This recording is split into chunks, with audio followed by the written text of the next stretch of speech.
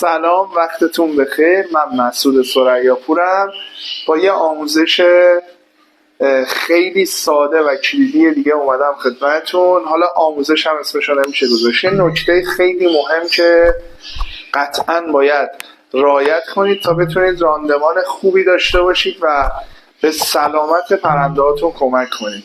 بچه‌ها، آبی که الان برای پرندهتون استفاده میکنید حتی الامکان باید آب تصفیه شده باشه.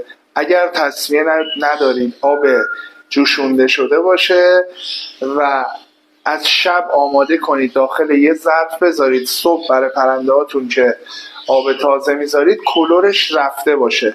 این موضوع خیلی مهمه چون آبایی که الان ما داریم استفاده میکنیم، آبای لوله کشی، به شدت آبای آلوده‌ای است و قاعدتاً به سلامت پرنده آسیب میزنه.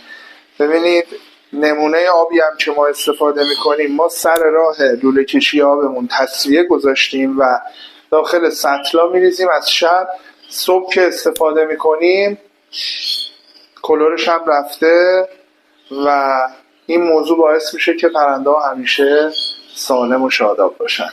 دورتون بگردم.